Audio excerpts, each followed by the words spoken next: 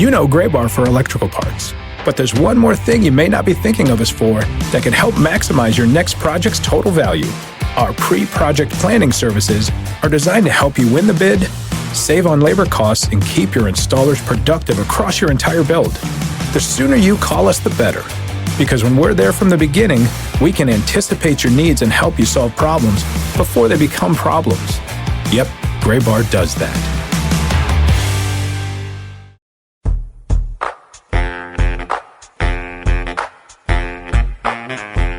The 33rd edition of the Minor League Baseball Show Before the Show podcast hits the, internet airwaves. Hi, everybody. I'm Tyler Mon. He's Sam Dykstra in New York City. Hello, Sam. Hey, how's it going? Good, man. Yeah, you haven't said where you are. No, I haven't. Where are you, Tyler? Coming to you live from the Howard Plaza Hotel in Taipei City, Taiwan, at the Premier 12 tournament, the World Baseball Softball Confederation Premier 12 tournament. That's where I am. We've gone such long distances. We went progressively further and further away. I've done a bunch of shows now in the office. Yep. Then once did a show from North Carolina. Then a bunch of shows from my home in Denver. Then got a little bit farther away last week from the Arizona Fall League. And then, now I just bolted. I'm just well over an ocean. Well, I'm happy to say that I, too, am on the road for this podcast and that I am not in the office and I am in Brooklyn. I am in my own living room. Nice. Which I know, yeah, which is a very weird experience for me because I can see my bed from where I am sitting. And why I'm not doing that there is a different question. But, so we're all in different places today. Maybe it'll be spice things up a little bit. Yeah, we'll have some fun with it. This is I'm in this hotel room. In Taiwan, they use the same outlets as we do in the States, which is great. But for whatever reason, my hotel room only has like 2 of them that are not in the bathroom. So I had to strategically set up. So I've got the computer that I record on. That's plugged in with the plug like stretched all the way across the room to one of them. And then I don't do the internet on that computer because sometimes it makes the recording blip, whatever technical thing. So I've got another laptop, which I just have open and I'm hoping won't die because there's no other plug for it. So that's the struggle is real. Struggle is real here. But it's 10 in the morning here. What time is it there? It's Friday here. It is, yeah, it's 9 p.m. here on Thursday. So I'm in the future. Everybody listening, Tyler's coming to us from the future. I've got the lottery numbers for you. Yeah, so you knew about like the Simmons trade that we'll get into beforehand, which I did. Wish you would have told me about. But that's they break all the stories out here first. I get them all. I knew what was going on in Anaheim and in Atlanta. The initial reports yesterday said that the Braves were deep in trade talks with a National League West teams. There was a lot of early speculation to that, and then this morning I wake up and it's just later in the day for you guys, and I got the news alert and the news had broken over there, and so we'll dive into that because big prospects moving east from the Anaheim organization to Atlanta, and we'll talk about that as the show gets rolling along today. But here's what we got coming up on the show. Some very good prospects here with United States Baseball. USA Baseball has arrived with a team that includes prospects like Jacob May of the Chicago White Sox organization, Jeff Barrett of the Arizona Diamondbacks organization, and our good pal Brett Phillips of the Milwaukee Brewers system. And Brett Phillips will finally join the show for his first appearance. That's coming up later on in the day today. Talked to him from Tianmu Stadium in Taiwan yesterday in Taipei City as the United States ended up actually mercy ruling Japan in 8 innings. They got a 10-0 win in that game. So the U.S. through their first 3 games, 2-1, so they're more than likely headed on from this opening group stage of play to play in the quarterfinals, which will be coming up next week. But got a chance to talk to Brett Phillips. Funny thing, he said to me actually off the air before we got started with the interview, he said the season's been so long for him. Like, he started in late February, and now it's basically, this is 9 full months of baseball for him. And he was like, when I watch film of myself from the beginning of the year, it's amazing how much better I was because you just get so tired. Yeah, it must be like kind of like a lost in translation, thing for him being over there just in a haze. Just going through the motions. Hopefully he's doing well. You're seeing him. We were talking before. He sounded like he was doing well while he's there, but I can only imagine what that's like, just drawn out, playing all the baseball, plus the trade that happened to him mid-season. So it's been a crazy 2015 15 for him. Hopefully he's keeping a diary so he can remember everything that's happened. Yeah, that is the truth. So we will hear from Brett Phillips here coming up in just a little bit. I caught him after he was doing an interview with Japanese television, so it's he is just all over the place. He'll be plastered all over the Eastern Hemisphere. So we got that coming up on the show today, and we have a whole lot more. Like I said, we'll get to the trade conversation, and but we're going to start. We're going to just throw the formula out the window this week because things are weird. I'm in Taiwan. The Arizona Fall League is getting close to wrapping things up. Championship game comes up a week from tomorrow here, a week from Saturday for you, Sam. So they're getting close to wrapping things up. So we're just going to go weird today. Yeah, I like that philosophy that we've just decided today's going to be weird. And I'm sorry if anybody has a routine that they listen to this podcast and they're used to drinking your morning coffee with 3 strikes. Yeah, you're on the subway, you're going for a run, you're doing something, you're sitting at your desk and you're just ready for 3 strikes, and not today. Nope. Absolutely not. Benjamin Hill will not join us. Ben's on vacation. Good. Yeah. We're very happy for Ben. Right. So we're going to eschew the 3 strikes segment of this week's show. We're just going to dive right in and talk some prospect development in terms of the way that we would do it if we were in control of this. The Arizona Fall League, about 8-9 days, give or take where you are in the globe, from wrapping up for the 2015 season, and just talent galore in that league. And we did this a while back, talked about a fantasy draft for top prospects from the year of the prospect this year. We're going to take sort of a similar approach, and we're going to focus it on the AFL. And we are going to discuss the guys who we would most want, who have either been on an AFL roster or are currently on an AFL roster. And we're going to build a roster from that. Basically. Yeah. Do I basically have it right? Right, yeah, no, that's what we're going to do. We're going to make our own AFL rosters. It's going to be based on guys who have at least played in the league right now. A lot of guys come in, come out, whether through injury or just teams deciding that, they're good for the fall. So if there's a guy who has at least played a game, pitched an inning, seen one at bat, whatever, in the AFL this year, he's eligible for this draft, that we're going to do now. And we're just going to go back and forth with picks, and we'll snake it so it's at least somewhat even. I have a nickel in my hand right now that I'll flip to decide. I know a we're nickel. doing That's this. That's a good coin choice. Nobody goes It's with a all nickel I could for grab. the flip. And I did laundry the other day, so I'm fresh out of quarters. So nickel is a good choice. We'll go with the nickel. Okay. I like it. So Tyler, I'll let you call it. I'm going to be as honest as I can, and hopefully you trust me and the people at home trust me. But what do you think it's going to be? I am going to go. I'm going to go heads. Heads. All right. And I'm flipping. I'm caught. And tails. Okay. So I will one. have the first pick. Tyler will have the second and third pick, and we'll go from there. Sound good? I like it. All right. So my first pick of this imaginary Arizona Fall League draft is, I've got my board ahead of me. I'm conferring with my assistant You're in the GM. war room. Yeah.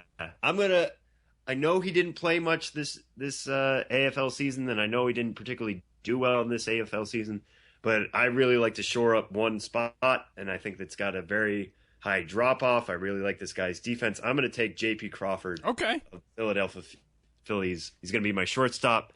He's going to provide a good piece at the top of the lineup, a guy who can get on. He's got some legs to him. Like I said, he might be the best defensive guy who played in the AFL this year. Certainly, a top prospect. He ranks right now as number 5 in MLB.com's list. That's not the only reason why I took him. I think we like him for the same reasons. So, first overall pick, J.P. Crawford. Now, I like it. Yeah, you for 2 and 3. I'm gonna go a little bit outside the box with the second overall pick, just because of this week's news. I don't think it's outside the box in terms of talent or potential or what anybody else would see. But obviously, we got some news this week. Alex Reyes was suspended for 50 games for a drug of abuse. But I'm gonna make Alex Reyes my pick because guy came out. Immediately expressed his regret. Obviously, the circumstances surrounding that, we don't know the full story, but everybody that I've ever talked to can't do anything but rave about Alex Reyes, character-wise, work ethic-wise, mentality-wise, and Alex Reyes has all of the stuff that you want in an ace of the future. So going, with a pitcher early, maybe a bit of a risk. It's kind of risky sometimes. You like to shore up those middle positions, up the middle on a fantasy roster such as these. But I'm going to go with Alex Reyes because nobody is quite as electric as that guy. Yeah, and I'll just kind of interrupt you before you make your next one, just so everybody understands the way we're doing this. We're picking one person at each position, a DH, and one starting pitcher. So Alex Reyes is a good pick. I'll certainly give you that. Okay. Because we're only using one pitcher. We're not doing this Fall Stars game style where we're going to pick like 10 pitchers and they're all going to get an inning. Alex Reyes is as sure. He was my first pitcher off the board, so I'm kind of upset that you took him that early. But that's the way this game is going to be played. Just trying to sabotage your picks. Yeah, no, I understand. That's my whole point. Number two, right, so, number three. Yeah, number so two for me. The third pick, yeah. Number three overall. There have been a whole lot of guys who have had really good spurts in the Arizona Fall League. But one of the guys who's been pretty consistently good across the board is friend of the podcast, Reese McGuire of the Glendale Desert Dogs. I need a battery mate to pair with Alex Reyes. I really like Reese McGuire a lot. He's one of the guys who I think when you look at the way that the Pirates have developed prospects, he fits so well into that mold. He's a high character guy. He's a really intelligent guy. He's played young for his levels. He was a Class A advanced Bradenton this year, just 20 years old. I really, really like Reese McGuire. He's checked in right now, I believe, 6th in the league in batting average. No, 5th in the league in batting average for Reese McGuire, a 368 clip through his first 11 games. So I'm going to go, I got my battery out of the way first. Yeah, no, I like that too, especially with McGuire, considering if you're going to have Reyes, if you're going to spend that early pick on him. I'm kind of feeling like Jay Billis right now, I'm going to be honest. But if you're going to spend that early pick on a guy like Alex Reyes, you want to shore up, make sure he has a good battery mate. And as we talked to Reese McGuire on our previous podcasts, framing is such a big thing for him. And, the being such a good catcher is his, I think, first priority. So I like what you have kind of starting off there, the first two guys to touch the ball. I guess I have fourth pick here. Just kind of looking at my board. I think I'm going to kind of go with a guy who's not a prospect anymore. He's graduated, but is exciting for me, would certainly make a really good pairing in terms of up the middle play. I'm going to go with Jurickson Profar as my second baseman. I like that pick. Yeah, it's kind of, we talk a lot about prospects, and Profar used to be the first overall guy, had a rash of injuries the past couple of years, just has not been able to stay on the field.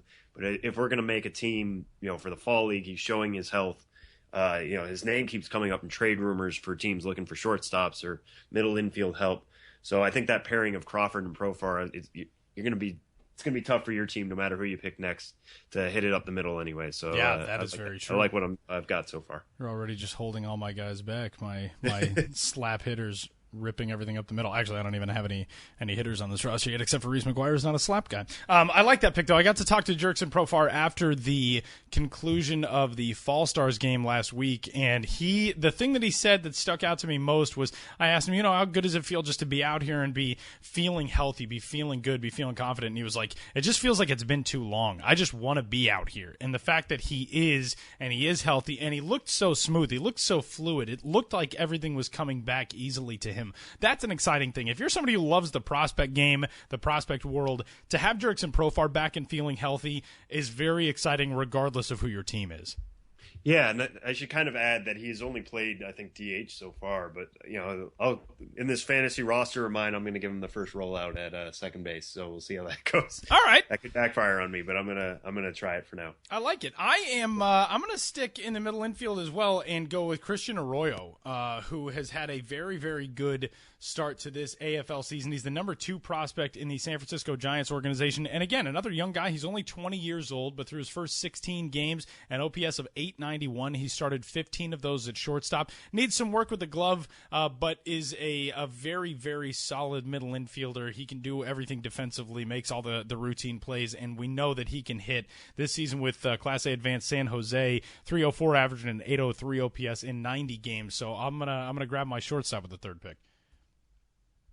All right, that'll work. Arroyo's a really good guy. He was certainly on my list. I had him there with Cicchini and Jacoby Jones for shortstops. So, but now that I already have mine, that's certainly fine by me. I'll kind of go with something we haven't touched yet. And friend of the pod, I've got a couple of good bats the way it is, but I really need a thumper. So I'm gonna take AJ Reed as my first baseman. We've talked to him before. He was our offensive player of the year. Guy led all full season minor leaguers in OPS, home runs, RBIs, total bases. yada, yada, yada. I mean, there's just so much we've written about him this year.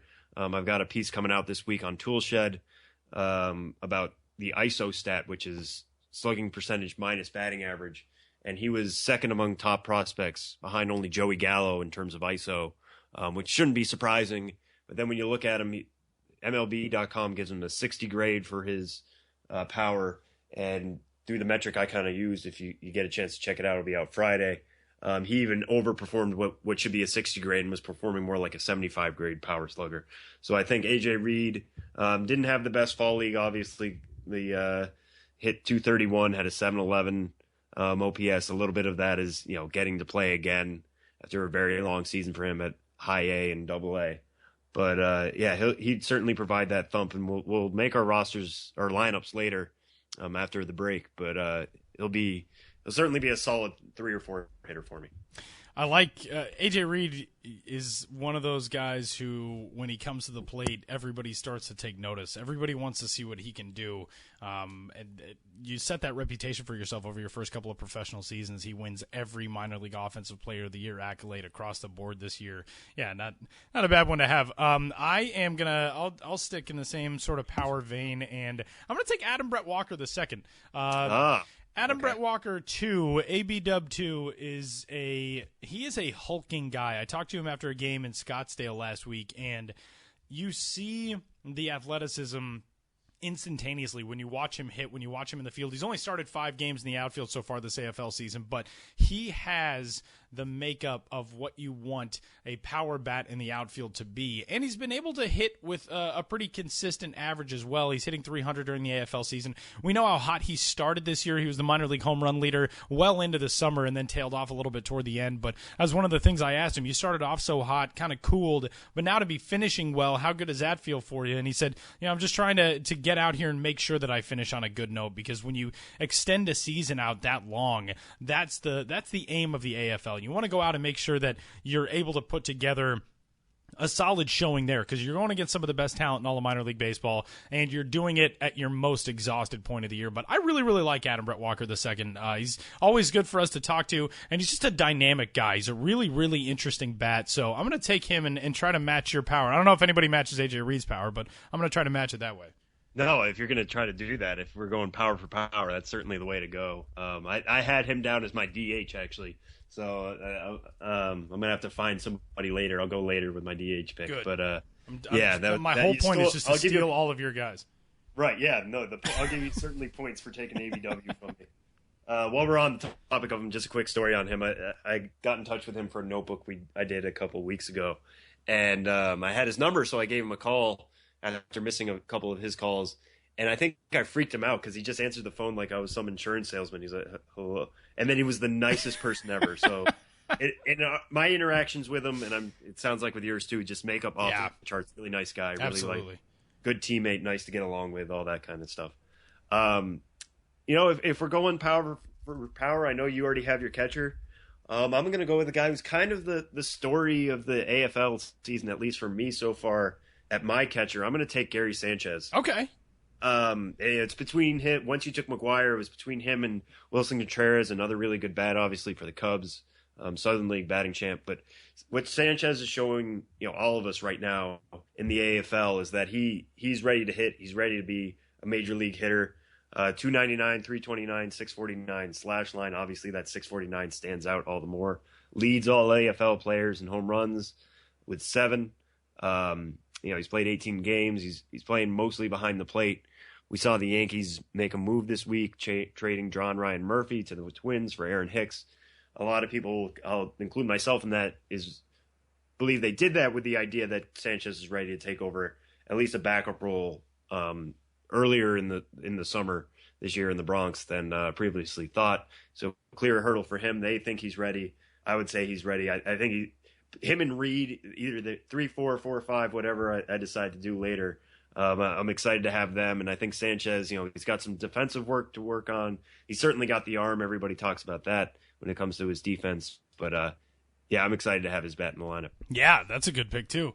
I see now. I would just want to match. I want to go the same power for power thing, but I'll deviate a little bit. A guy who certainly has a little bit of pop, but Heimer Candelario of the Chicago Cubs organization. I'm going to take him as my third baseman. He's been wrecking the ball in the AFL. I actually caught him in a game at Mesa when he did not look good defensively. Made 3 errors. There is only 3 errors of the season, but he made them all in one game. That was back on November 3rd against Peoria. It was actually at Peoria, not at Mesa, and did not look good at third base. But every other time I saw him, looked very comfortable over at third base. Batting .349, an OPS of .1065. He has been just mashing the ball. 5 home runs through 16 games so far this season. And he's really a bargain guy. He was only signed by the Cubs for $500,000 out of the Dominican Republic in 2010, but was very, very young at every level until really last season. He struggled at full season Class A, but figured out a way to get back into a groove and helped Kane County win the Class A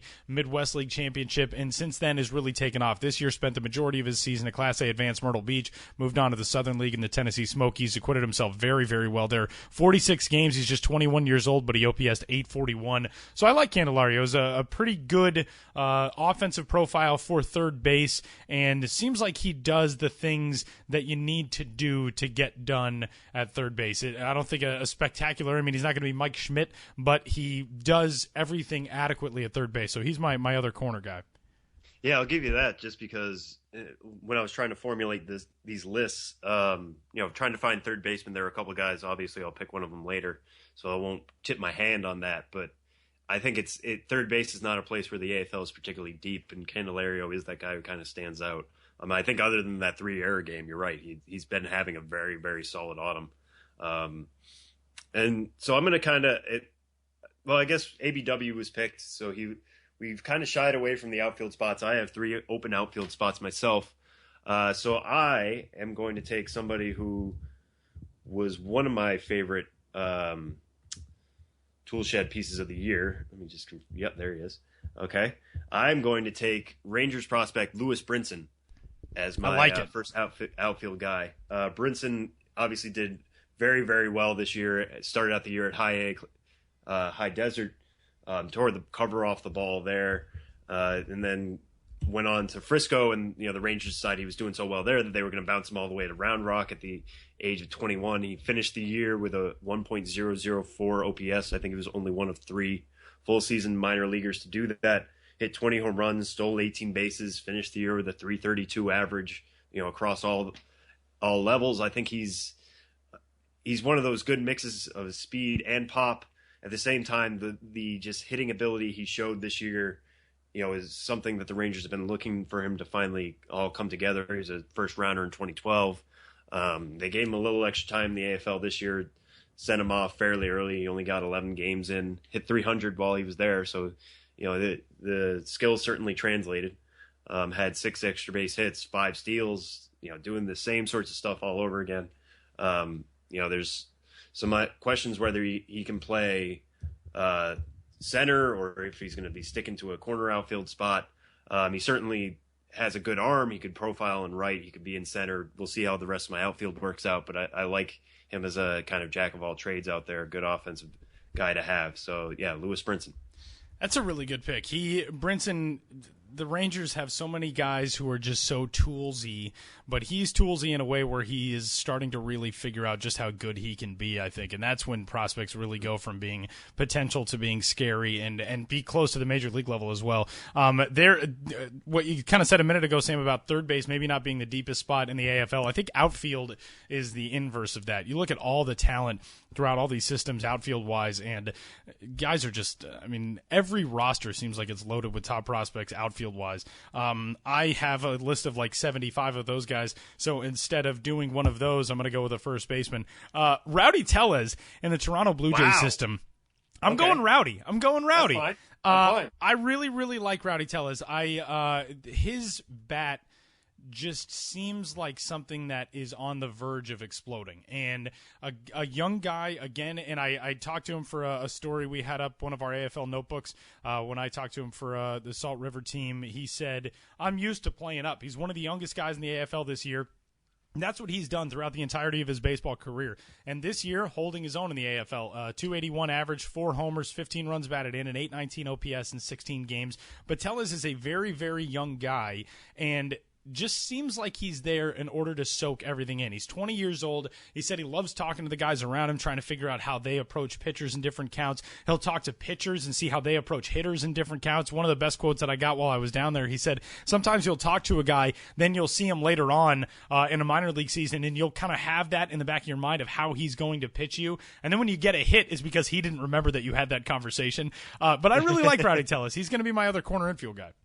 There you go. No, that's somebody that was off my board, but I like it. The idea of you going off. I'm like the Patriots here. I'm just trying to find these gems, late rounds. Yeah, exactly. No, that's the point of this. Is that like if we knew how this was going to go, this would not be fun for us, and we would not be doing this. So I'll give you all due credit on that one. Let's see. How do I want to go next? I'm going to stick in the outfield. I'm going to shore up the outfield, and between two guys myself. I'm not going to tell you which two, and I'm going to go with today's guest. I'm going to go with Brett Phillips, just because. Unbelievable. Yeah, I want, as I value defense. The Sam Dykstra organization that was made up today values defense, as we've shown so far, and I think sticking Phillips in center, putting Brinson either left or right. We'll see what the other guy is going to be. That's just that. That's what is the saying that. The world is covered by 60% water or something like that. Brett Phillips covers the other 40%. Yeah. He's going to do really well out there. He's shown a really good bat this year, obviously, getting moved from the Houston system over to the Brewers system, was hitting above 320 everywhere he went in the Astros system. Saw a little bit of struggles once he made the move to Biloxi, but he's still a 21-year-old guy. He's got a rocket of an arm. He shows good approach. He strikes out a little too much, but he's a guy who's going to hit 16 homers, 17 steals, very much like Lewis Brinson, a little bit of Lewis Brinson light. You have the two of them. We were talking beforehand that he's been playing at the bottom of the Team USA lineup. He would certainly not do that in the Sam Dykstra organization. I can make that promise to Brett Phillips. We'll figure out how the lineup will shake out. Those are your negotiations with Brett. Yeah, we got a spot for you at the top of our lineup. Yeah. Okay. So that is my offer to Brett Phillips now that he's part of the organization, and I welcome him aboard. Okay.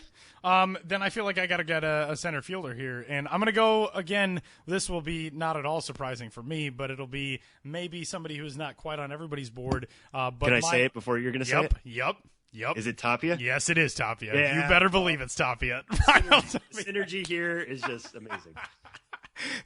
The work that we have together, it's just we're like an old married couple at this point, Sam.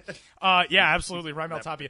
Tapia could be a stretch going forward in his career if he is going to stick in center field or not. He played there primarily this year for Class A Advanced Modesto, but Tapia just continues to hit. Everywhere he goes, he rakes. And the thing that I love about Raimel Tapia is that for so long, everybody there are two schools of thought on him.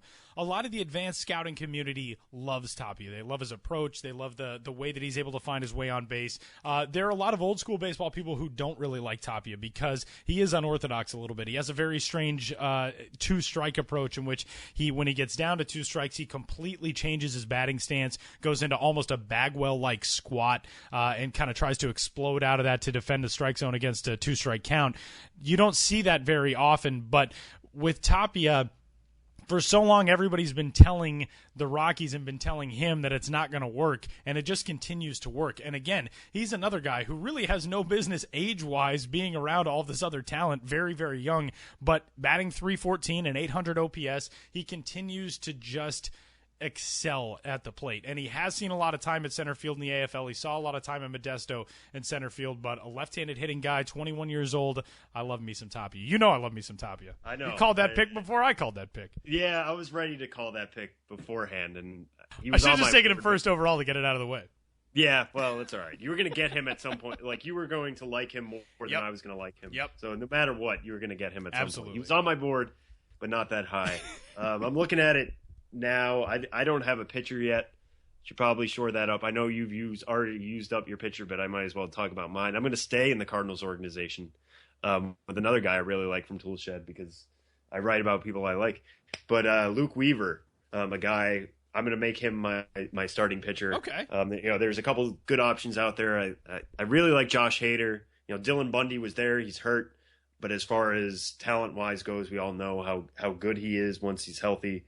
James Paxton's a guy with major league talent, but Luke Weaver is just a guy, having been able to see him now, watching games, fall league games on the TV. He's got a 1.88 ERA so far, 14 and a third innings, 14 strikeouts. He's only given up 7 hits, only 3 walks. So he's keeping guys off the base path. He just has, like I said, the killer changeup. Had a 1.62 ERA in the Florida State League this year. Guy who just has a really deceptive delivery. Everything coming out of his hand looks the same. So whether it's going to be a 92 mile an hour fastball or if it's going to be a changeup, he just seems to fool guys left and right. He's a good option to have. He comes obviously from a good organization that's in developing pitching in the Cardinals. They develop Reyes. I think Weaver's going to definitely climb when lists come out this year. He's already gone up from 13 to number 8. He's a college guy. He knows what he's doing out there.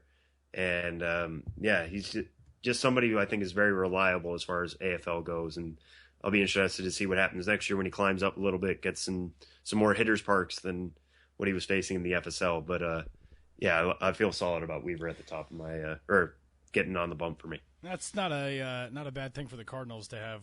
We each get to pick one pitcher. They both come from that system. Kind of shows you with the depth that's coming up in the St. Louis organization. Right. I need a second baseman and I need one more outfielder as my board stands right now. And the second basemen have kind of struggled in the AFL this year. But the one guy who's really stood out, Carlos Oswaye, who was with the Scottsdale Scorpions. Carlos, again, just a very good offensive performer. 14 games this year. He's rebounded from not a rough year, but a season in which he was down compared to what he did last season. This year he was with Class A Advanced Portland, or with Double A Portland, after spending last year with Class A Advanced Salem and Class A Greenville. Between those two teams, last season at 2 levels of A-ball, batted .310 with a .927 OPS. This year with Portland and Double A, down to a .708 OPS, he batted .251. Didn't really reach at quite the rate that he did last year, only a .334 on base percentage. It was .393 a year ago. But he's really rebounded well in the AFL. He's reached at a .355 clip, and it seems like feels a little bit more confident getting toward the end of the season. So he rounds out my infield. Yeah, and the good thing about Oswaje, just following him the last couple of years in the Red Sox system, he's kind of Brock Holt Jr. as far as the way they've used him around. So the good thing for you is you can move him to third. You can absolutely. Played some at short. He's played some outfield. He's certainly a jack of all trades as far as that stuff goes. So, you can move him at second. I think that's his best spot. Doesn't have the best arm, but he certainly he's shown a good enough bat in the past, if not necessarily this year. So I'll give you credit for him, because second base, like I said, was kind of slim pickings. So that's a good one as far if we're taking the top 2 second basemen. I'm going to round out my outfield. When I was saying I was going between these two guys last time, I was talking about outfielders. I'm going to go with Clint Frazier. Okay. Clint has gone through this before. Between him and Austin Meadows, those guys are always going to be tied together in terms of drafts. They were taken the same year, both Georgia high school guys. And I have that same debate here. Frazier, I really, really like his bat. I think it really came around this year with the Indians. I know he had some struggles last year at Lake County, but everybody likes to talk about his bat speed. He's certainly a guy who's going to grow into his power. He hit 16 homers this year, had 36 doubles. One of those guys who you think, as he gets older, he just turned 21, so he played this entire season at age 20. As he gets older, as he gets more into his 20s, those doubles are going to turn into homers. Certainly a 20 to 25 homer type guy. This year in the AFL has been, not quite as. Hold on, let me just get the numbers here. He's got plenty of at-bats, I'll tell you that much. He's got 74 at-bats, 297 average, 825 OPS. So he is, he's certainly holding his own against the more advanced competition for a guy who hadn't played above high A so far. I'll figure out a spot for him in the outfield between, Phillips and Brinson. I like that 3 mix. They'll be fine. Yeah, it's a very rangy outfield you got. They're going to cover a lot of ground. Yeah, whoever gets stuck in left is not going to be particularly happy. But That's all right. That's a good problem to have. So I'll take that. All right. I like it. I'm going to go where you have all range in your outfield. I'm going to have a little bit less range, but I'm going to have a lot more pop. And again, I'm kind of going off the grid somewhat, but you got to pick a guy who was over here with us in Taiwan. So I'm going to pick a guy who's over here, not on the same roster as Brett Phillips. I'm going to take Team Canada's Tyler O'Neill, the big bat out of the Seattle Mariners organization, to round out my outfield. I love Tyler O'Neill. Got to talk to him a lot this season. Just a guy who scares you, I think would probably be the term, because he's a giant. He gives me nightmares. He is a giant human being. He's only listed at 5'11", 210, but we have a shot. We use a service, a Flickr account for all of our photos that we use for the stories on MILB.com, peeling the curtain back. But there is a shot of Tyler O'Neill taking batting practice this year in Bakersfield, in which his forearms make me have such body image issues. His forearms are like the size of my waist. He's just a giant, a behemoth guy.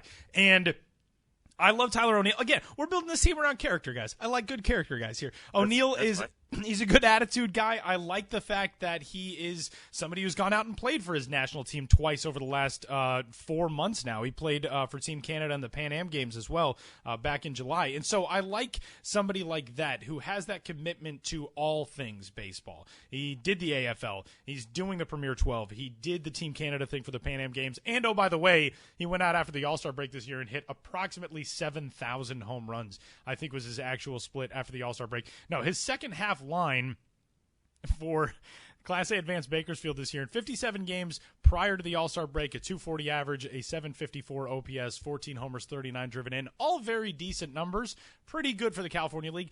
After the All-Star break, 49 games, 18 homers, 48 runs batted in, 286 average, a 1020 OPS. I love Tyler O'Neill. He's my other corner outfielder. Yeah, as you were talking, I brought up our Flickr account, and I don't know if it's the same picture you're talking about, but this one he's just lazily taking a swing, and there's veins popping out of his arm. Yes, there's just veins exploding out of his arm. I know my hand, my hand gets blood, but I don't think I have those same veins. Just looking at it right now, I just don't. It doesn't operate the same for any of us.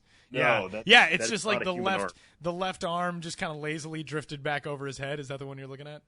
Yeah, it's it. Terrifying. It's terrifying. Yeah. And it's like somebody sprayed that Blaze shirt on him also. Basically because Tyler O'Neill is just he looks like a bodybuilder. That's why he's going to be in the middle of my lineup.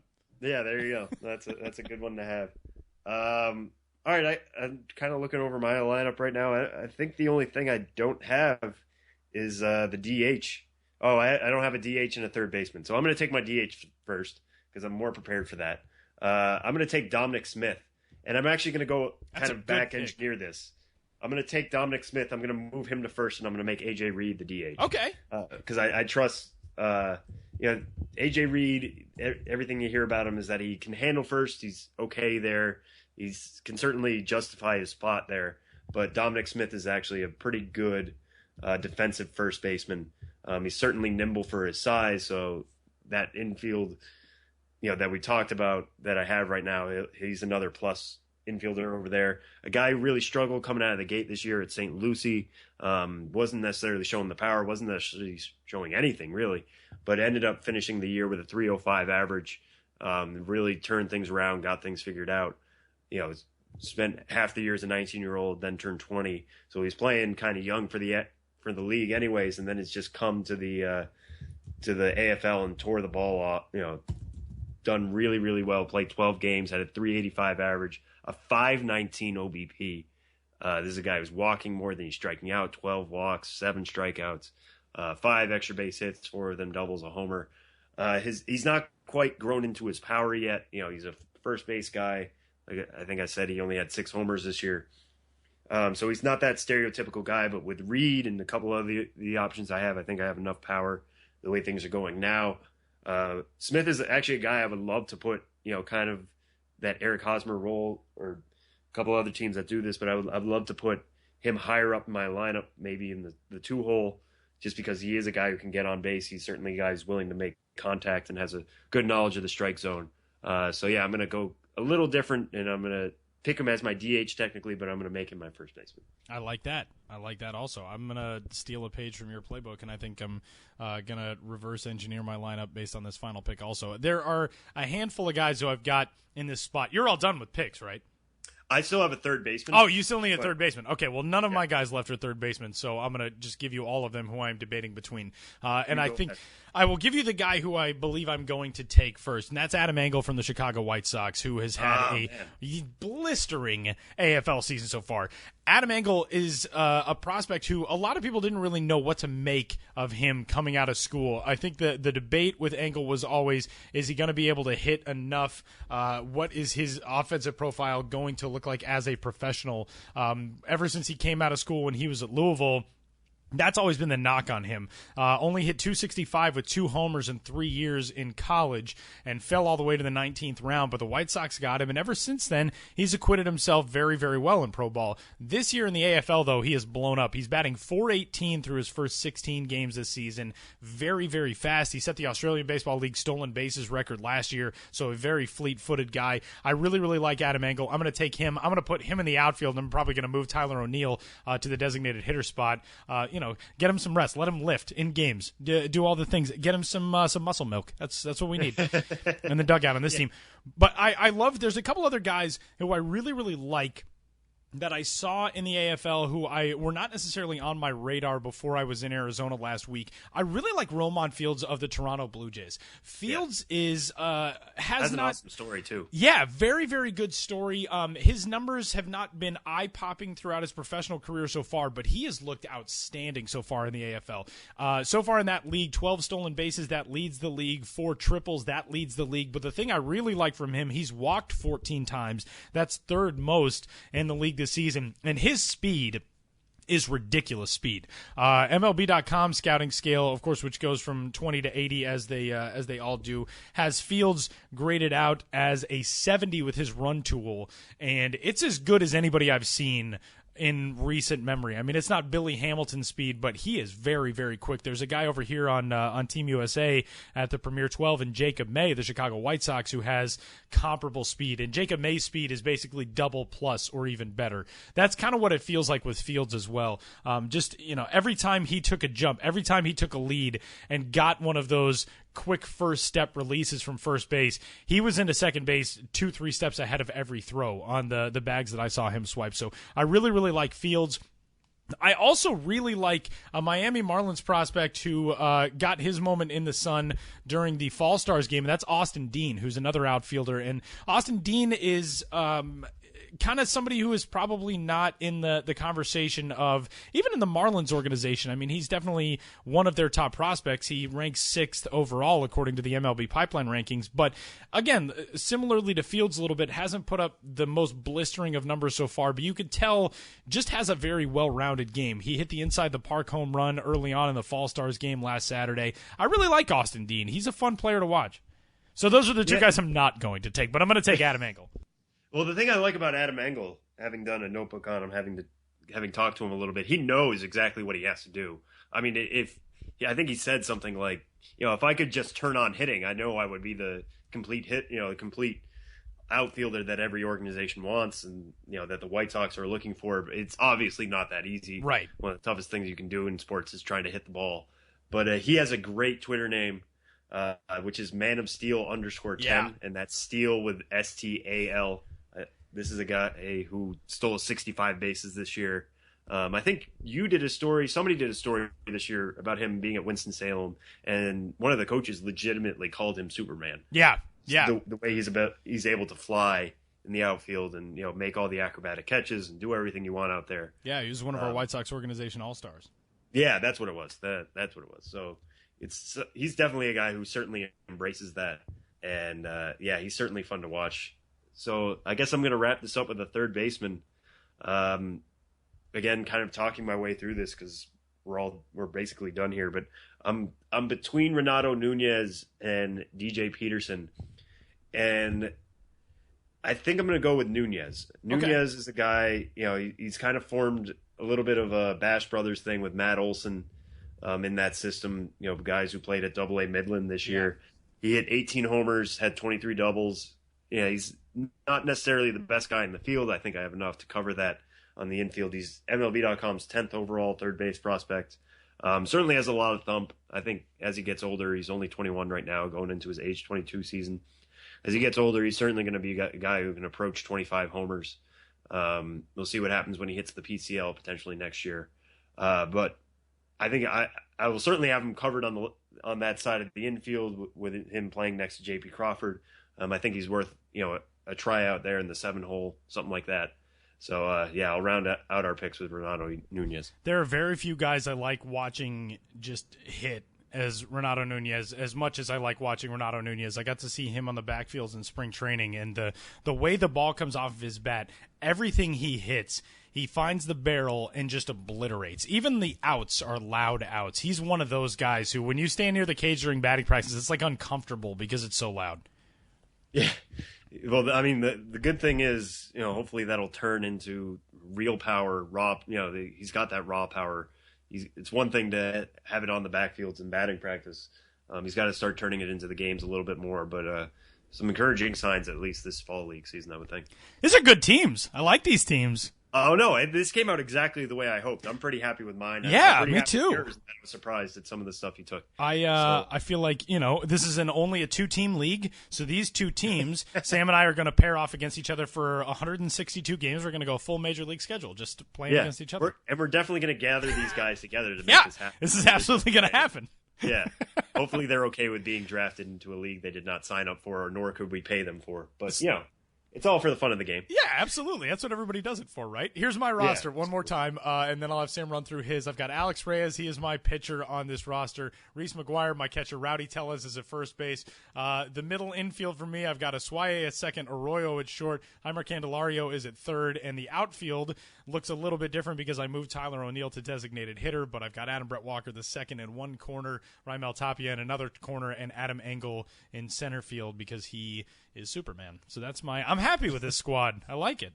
That's good. As long as you're happy, that's all that matters in this weird. It's going to be a grind. It's going to be a grind. 162 games against the Sam Dykes organization. We know we're going to have to play top level. Yeah. Hopefully Luke Weaver's arm stays on. That's all I'm going to say. So yeah, just run through my lineup. Like I said, Luke Weaver's my starting pitcher. Catching him will be Gary Sanchez. At first will be Dominic Smith. At second, Jurickson Profar. J.P. Crawford at short.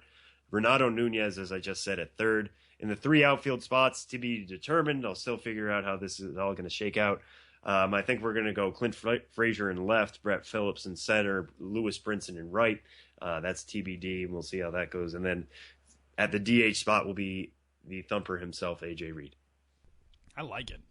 I like these teams. This is a pretty evenly matched league we have going on, which it has to be since they're the only 2 teams in it. So there it is. That's our 2015 Arizona Fall League draft, and the AFL will wrap up play coming up on the 21st. As of today, if the championship game was going to happen today, which is Friday where I am and Thursday where you are, Sam, Scottsdale Scorpions are leading the AFL's East Division there at 16-8, and the Glendale Desert Dogs trail the Surprise Saguaros. So Surprise right now at 15-9. Seems like they've got the AFL West pretty well locked up. Actually, Glendale and Peoria are tied behind Surprise in the West at 10-12, and the Saguaros are 15-9. So they've got a 4-game lead in that division. The East a little bit tighter. Salt River is 2.5 games back of Scottsdale, so still a little bit to be made there. Mesa has had a rough go of things this year. They're 6-19 overall. Just a pitching staff that has really, really struggled. Issued a ton of walks. That staff ERA 6.71. So it's been a rough go of things for Mesa. But if the regular season were to end today, Scottsdale and Surprise are your top 2 teams.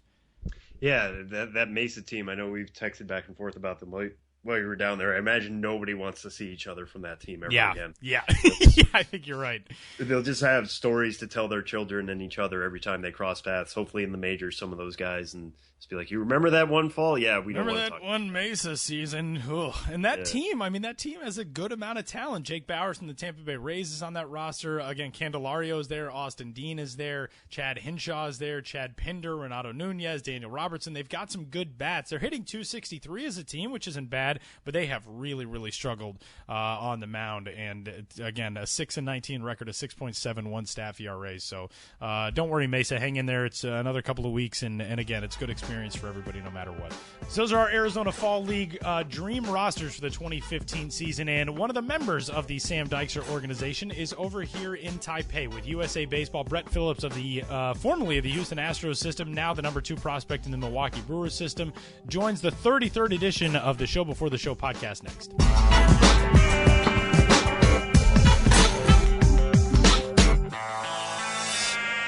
We always knew that we were going to get number 2 Milwaukee Brewers prospect Brett Phillips on the Show Before the Show, the Minor League Baseball podcast. What we did not know was that it would come at a baseball stadium in Taipei, Taiwan. But now Team USA's Brett Phillips joins the show for the first time. Hey, man, how are you? Man, Tyler, I'm honored to be a part of the show. It's good to see you. This is crazy. So, a little bit of backstory.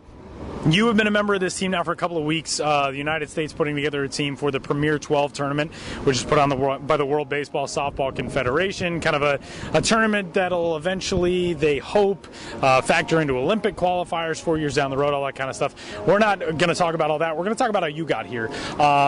This has been a long season for you, obviously, but you get to come over here and play some baseball, taking on Mexico tonight. You guys, tough game yesterday, took on Venezuela, day before Dominican Republic. I mean, it's a lot of really good baseball talent out here. How'd you get involved with this? How did this come up for you?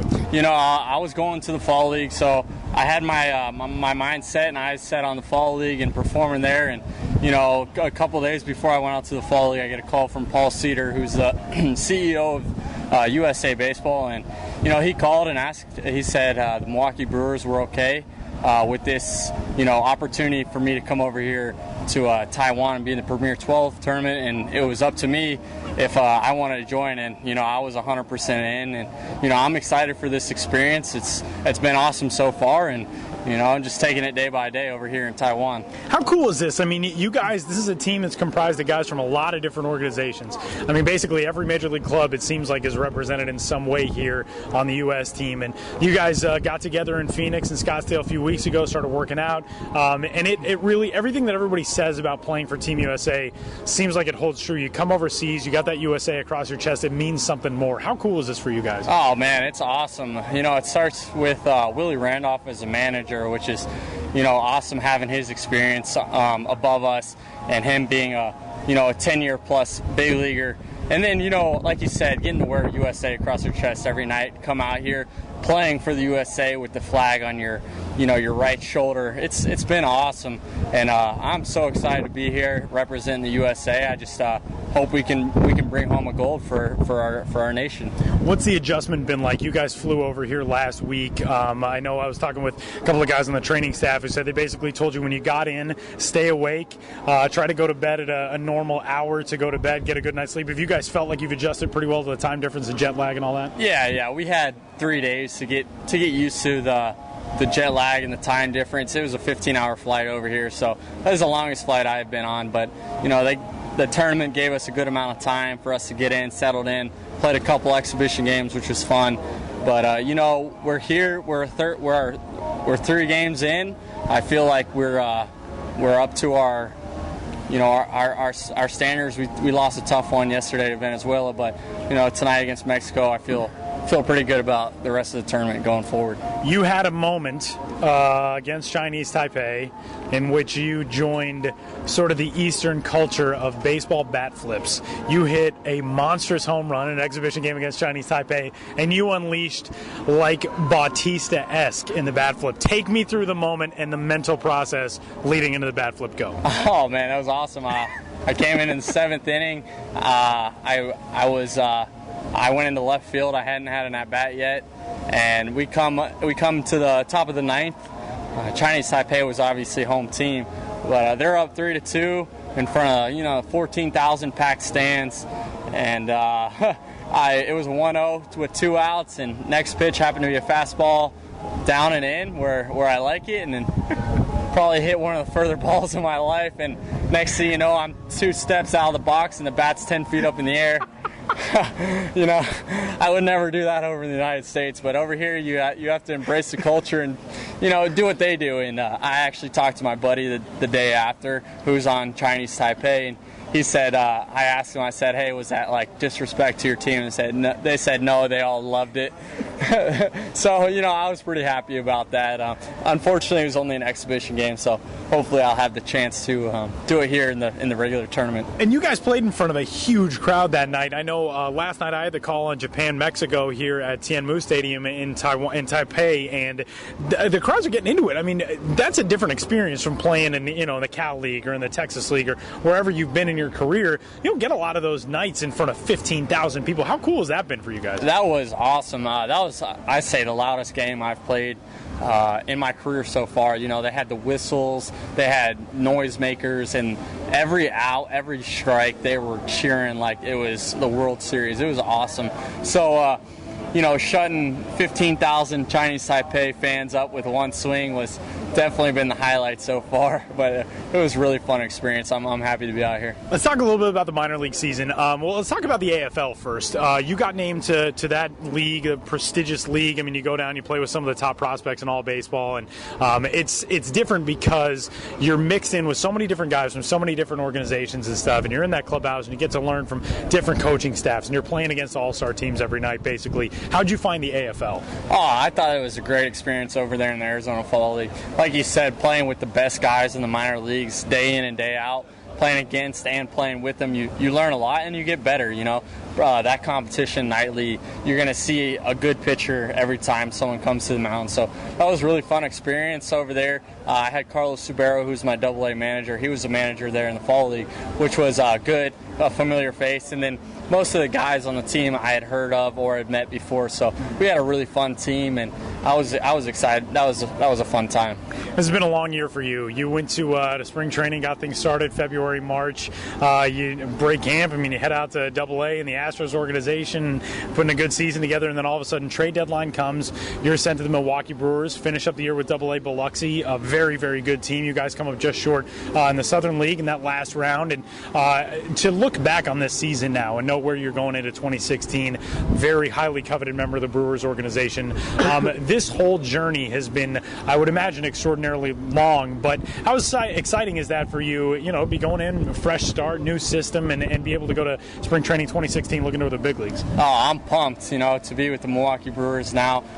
At the time the trade was bittersweet just because I had established good relationships and friendships over with the coaches and the players with the Astros, but looking outside the box, this is a great opportunity for my career, being in a trade like this, 4 minor leaguers for 2 big leaguers. It's a good opportunity for me, and I can only be happy about it going into spring training. I've already met a lot of the staff, not the big league coaching staff, but a lot of the staff with the Brewers, and I've met a lot of the guys so far, and they're all great group of guys, great group of coaches who know their stuff. So I'm looking over there and looking forward to getting better every day, and hopefully helping the Brewers win in the near future.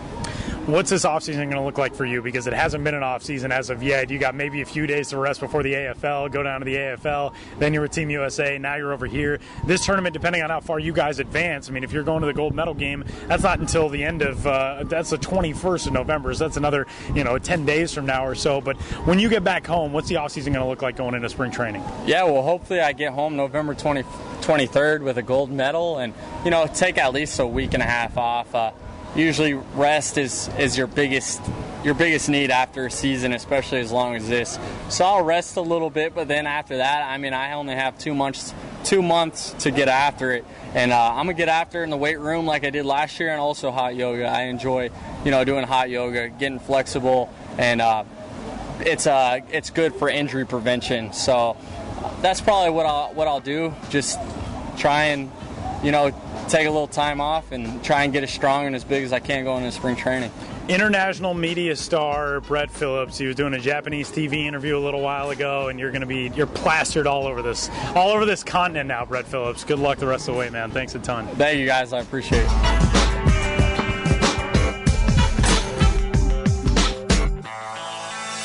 That'll do it for our Arizona Fall League conversation, and let's move on to the news of the day today.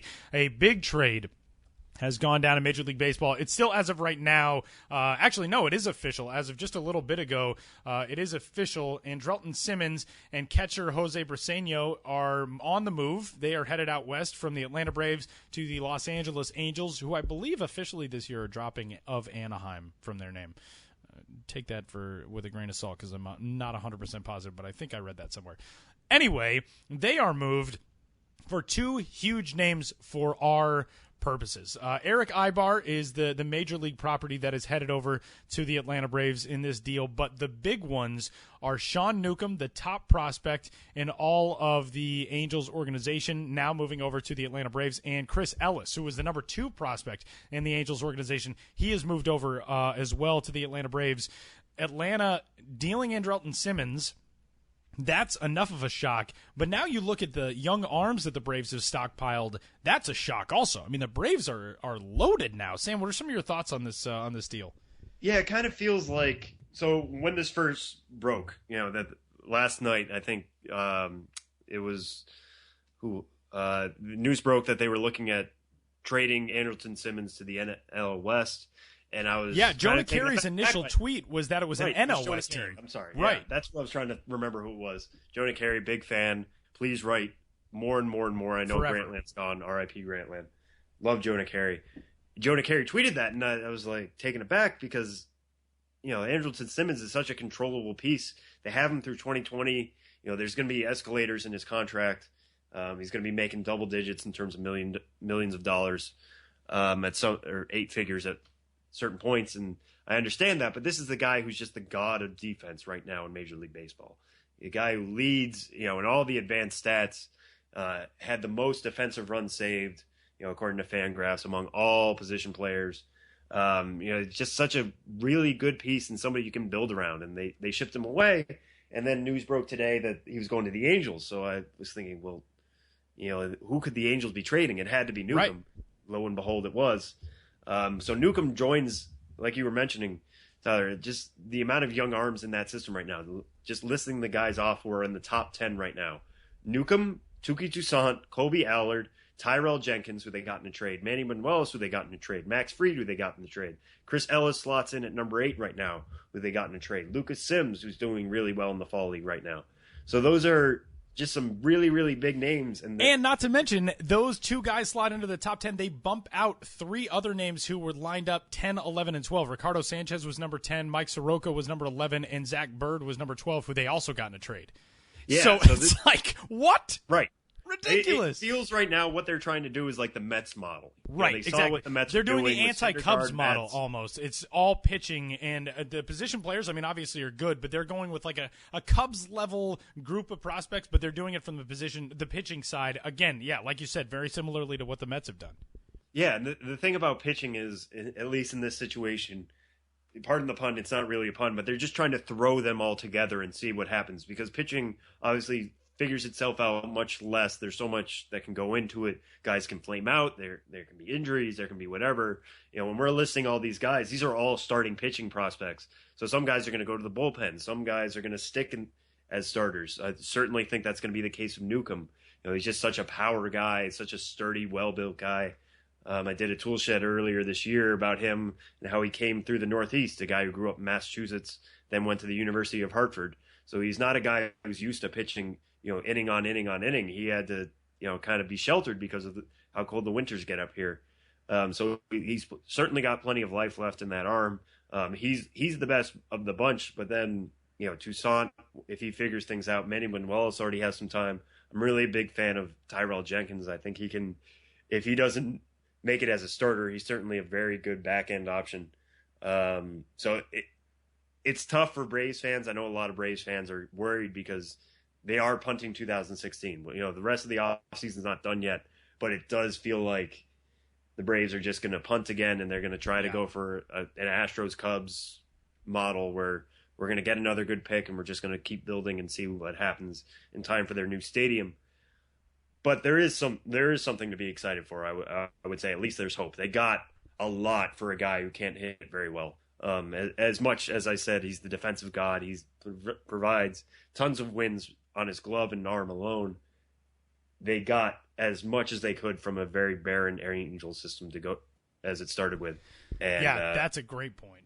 Yeah, so that I if I'm a Braves fan, I'm happy with what if you're going to trade Andrelton Simmons, this is a good package. I'll put it that way. Yeah, that is, and it's a very good point you made. The Angels system looks weaker now than it did, obviously, at the start of the day yesterday, and was already arguably the weakest in baseball. And that's taking nothing away from the guys who are the top prospects in that system. There's just not the depth there that you see in other organizations. And the Angels are kind of one of those holdouts. They're one of those teams that has not embraced the idea of trying to build that strong minor league core.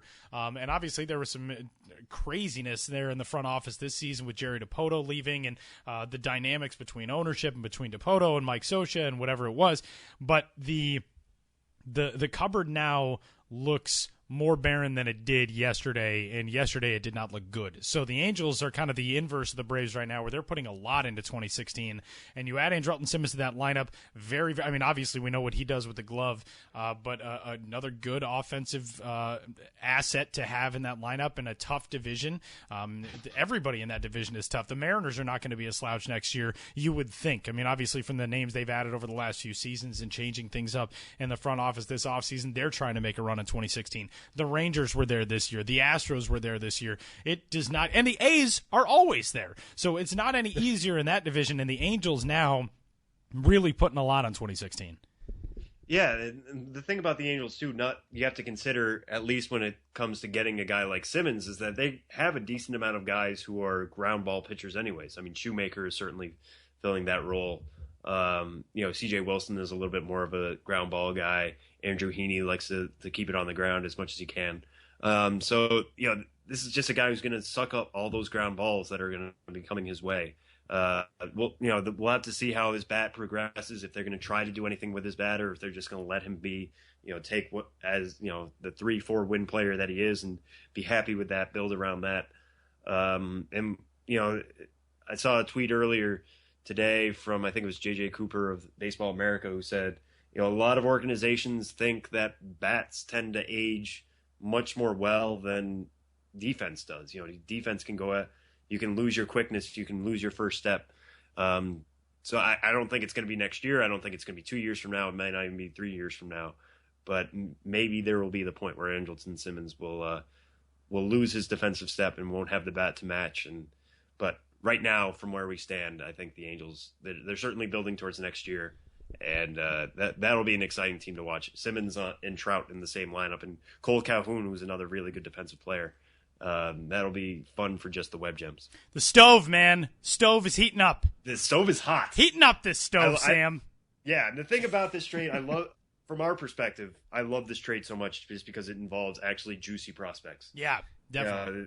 This is the stuff you can really sink your teeth into if you're in the world like we are, and hopefully you are at home. If you're listening to this, obviously we hope you have the same interests we do. A guy like Sean Newcomb being on the move, what that's going to do for him, what the Braves are going to do for him, and how he's going to fit that piece of the puzzle. We'll be keeping an eye on that, and that'll certainly be part of our spring training coverage next year.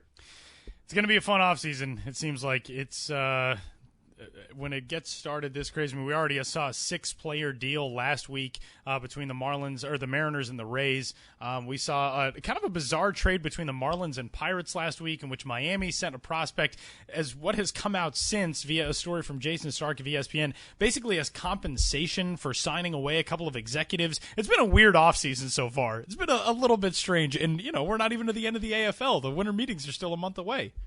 Yeah, I was kind of thinking, like, if we were going to get a traditional trade from these GM meetings, reading some of the stories, David Dombrowski, new Red Sox executive, was saying it kind of feels more like a winter meeting, and that we're all kind of feeling each other out but not actually doing anything.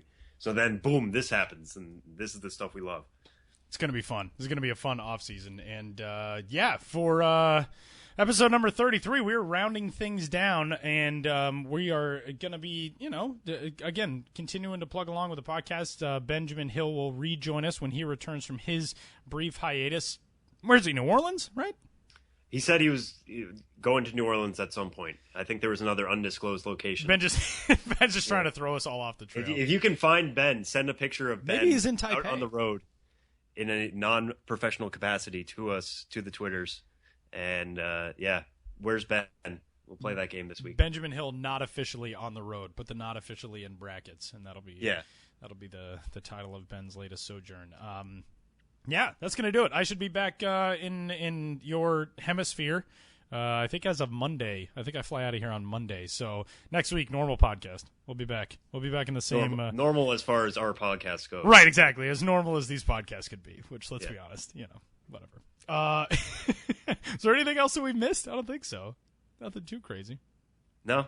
All right. Well, do you want to talk about Alex Reyes or not? Yeah, let's talk about Alex Reyes a little bit. That news came down this week, and that's a tough one. It was I actually heard about it just a little bit before I saw the USA Baseball roster arrive at one of the facilities in Taipei a couple of days ago for their first game, and got to talk about that with a couple of guys. And not mentioning any names, the sentiment was, again, Alex Reyes, great guy, very good character guy, knows he made a mistake, feels awful about it, but it's not something, if I was a Cardinals fan, I don't think I would be extraordinarily concerned going forward based on what I had heard from those guys, talking to them back on Tuesday. Now, that being said, it's obviously, it's a big loss in his developmental track now to be gone for that span of time. But I don't know, Sam, your thoughts on this whole situation?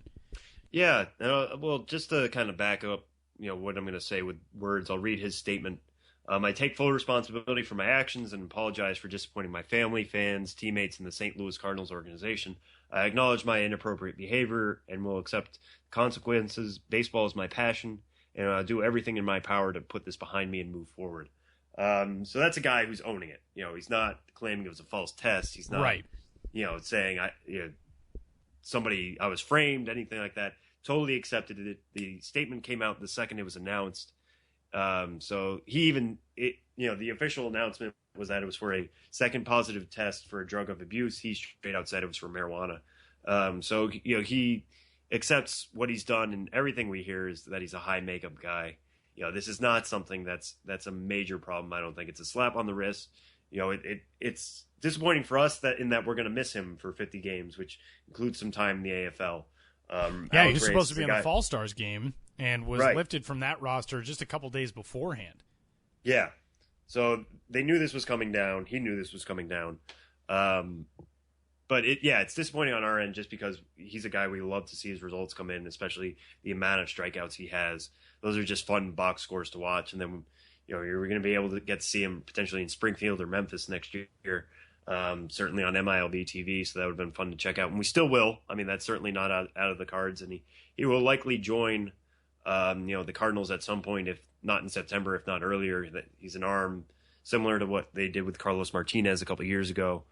Could start in the bullpen, just be electric out there, and then they'll figure out if they want to make him a starter full-time going forward. But, he's just another good piece the Cardinals have who they've done the right things with. And this is just a misstep. This is not a wrong thing. This is not anything that will be talked about for days on end. It's not a PED suspension. It's nothing of that sort.